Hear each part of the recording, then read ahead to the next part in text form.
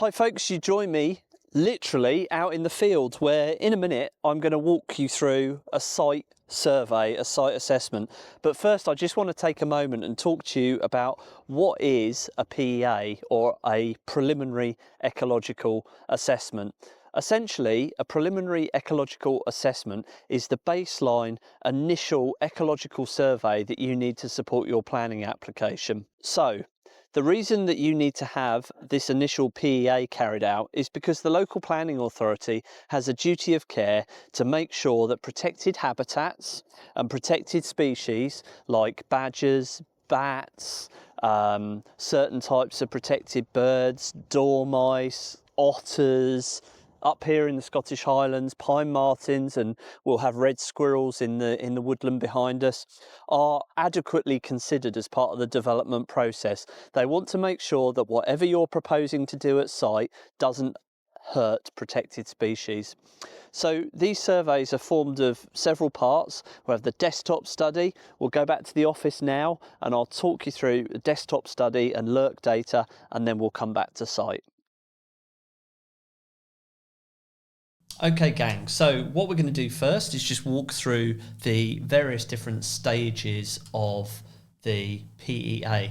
So first off, essentially, is the desktop assessment. So within a PEA, there are three different elements to it. We have the desktop assessment, which requires, to support it, lurk data. And then finally, the final bit of the puzzle essentially is the site visit. So what I want to talk to you about first is the desktop study and the lurk data, and then we'll go out on site, which will be fantastic. So what is a desktop study? So essentially, a desktop study is exactly that. It's formulated of a couple of pieces of information. So the first is lurk. And lurk stands for Local Ecological Record Centre Data. And basically that is a disbursement, to use a fancy term, but basically what that means is that we approach the Local Ecological Record Centre on your behalf, and then what we do is we take that data and we feed it into your report, and you pay for that data at cost. I know what you're saying, Matt, how much does this cost? It's an additional thing that I wasn't considering. Well, essentially, you're probably looking at anywhere between 150 and £350 for that. And that will basically be passed on to you as the customer. That fee is often plus VAT, all right? These local ecological record centres, they're run by volunteers, and these volunteers correlate the information, and that's why they charge a fee for it. So what is lurk? Well, lurk is made up of records from other ecology firms. Okay, so we've got other ecologists that have done site visits. We've also got survey data, all right? So what that allows us to do is, if you imagine your property here, all right, quality Rolf Harris style drawing. What we basically will do is we will do a local ecological record centre search out to 2 kilometres. That's fairly normal. Sometimes it might go out as far as 5 kilometres, but generally 2 kilometres. And what we're looking for is basically records of protected species that are in the local area. So we wouldn't know about that just through coming to site. So we need that information. Then when the ecologist comes out to site, what they'll do is they will be forearmed. The sort of records that we have in this data search are things like bats, badgers, protected bird species, some protected habitats, and all of that helps us form a picture of what is going on site.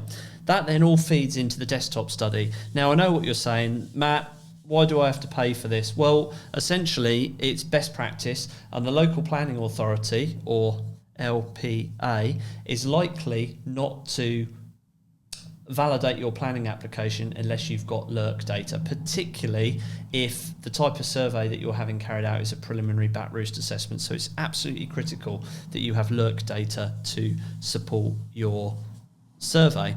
So what we do is we pull all that information together. That forms the first part of the report, which is the desktop study. And then what we're going to do now is we're going to go out on site and have a look at this in a bit more detail. So now we're back out in the field, and I'm going to talk to you about the actual site elements of the preliminary ecological assessment. So what's going to happen is a ecological team are going to come out to site. Rover is a nationwide company, so you'll have a local consultant if you choose us to support you that would come out to your site, and we will quite often put 2 or 3 different disciplines together. So if you need a tree survey, we would also send out an arboricultural consultant as well, and the arboricultural consultant would collect the tree data, and some of that feeds into the PEA, and the ecologist is going to collect the ecological data. So what the ecologist is going to do, they'll come out to site, they'll have details of your plans and what you're proposing to do. And even if there's a property on site, what they'll start with is the outside of the property. Okay, so if it's a residential dwelling house, they're going to look at the gardens, they're going to look at the compositions of the hedges, they're going to look for any evidence of protected species, things like badger, dormice, bats, etc. They're going to look for external evidence. Now obviously I'm dumbing this down enormously for the audience. I'm assuming that you're probably going to be a homeowner, an architect, a planning consultant that's trying to find out a little bit about what is involved with these surveys. So I'm dumbing all this down quite a bit. But the ecologists, they're going to look for signs of protected species, they're going to look for signs of protected habitats, and they're also going to map the habitats on site as well. So what we need to do now, and we'll talk about BNG in another video, I've done a podcast on it, we'll pop a link to that, but what we'll do is the ecologists will basically look at the composition of the grass, they'll look at the composition of the hedgerows, and all of that feeds into something called habitat condition sheets. Once they've got all the information that they need on the property externally, what they'll probably do then is they're going to look at any buildings on site that could be affected by the proposals. And what are they looking for in those buildings? They're looking for evidence of bats. We've done a specific video on bats which we'll link to and you can go and have a look at. They're going to be looking for evidence of nesting birds and protected birds like owls, etc.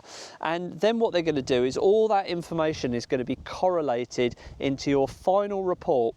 That final report will be delivered across to you. That is the site element of a preliminary ecological assessment. One thing that does need to be considered very, very carefully is the red line boundary of your planning application. So that red line boundary is the area that we have to assess in detail in terms of habitats and protected species. We also have to assess a buffer outside of that red line boundary, and that buffer depends on the desktop study. It depends what other species and habitats might be in the local area. One thing that always comes up and is very, very important to consider is water, both standing water, so think ponds and ditches, but also running water as well, like we've got here. The reason that standing water is important is because standing water provides breeding habitat for species like great crested newts. Great crested newts are protected and they're considered and assessed very rigorously as part of the planning process. And when we talk about great crested newts and their habitats, their breeding habitat of ponds, we need to make sure that that habitat is we've either got to prove absence or presence when it comes to great crested newts. And the way that we do that is through something called a habitat suitability assessment.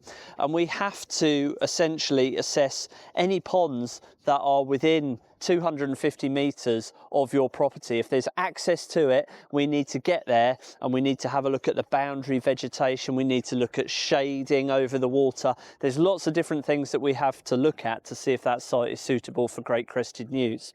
If it turns out it is suitable for great crested newts, you have a couple of options. You can either do population assessments the following year, or you can do something called eDNA sampling, where a sample is taken from the water to see if there's DNA of newts in there, and that either proves presence or absence. So water is an important habitat that needs to be considered as part of the PEA, and I'll talk about what we do with that data, what we do when we pull it all together, what the recommendations of the reports are in the next segment. So what happens when you get your report, when it lands in your inbox? You've got this huge complex PDF report in front of you, and the reality is you just don't know what you're going to do with it. So there'll be a couple of report recommendations sitting within the PDF, and it's absolutely crucial that you read through that report properly and have a look at what the recommendations are. So there's potentially a couple of possible outcomes with this. One will be that the report says that your site has low ecological value. We're here in a residential area, we've got ornamental planting, we've got modified grassland, we've got a little bit of ornamental hedging, and this site essentially is landlocked. There's no real connectivity to the wider environment. So that basically means that this site is going to have low ecological value. There's things that the customer can do to improve the quality of the site for biodiversity, and indeed some local planning authorities will actually require that.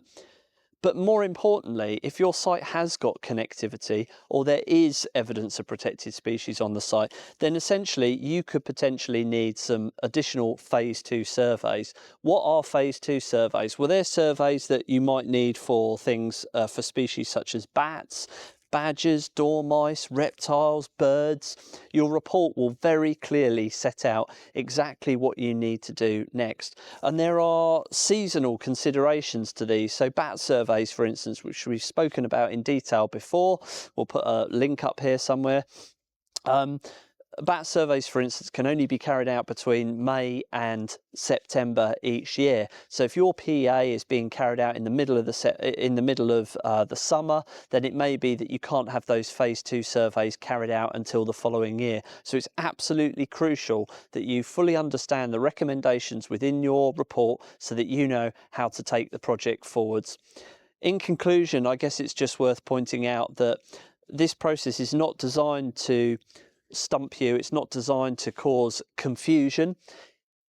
If you've got any problems whatsoever, please reach out to us, and I am more than happy to reach out to people and give them advice on their sites before they take it forwards to planning. So hopefully that's been helpful. If you want to learn a little bit more about the company, go to the links in the description. I've got some books and some podcasts out there which will be very helpful to you with your plans to support your planning application, and we'll see you in the next one.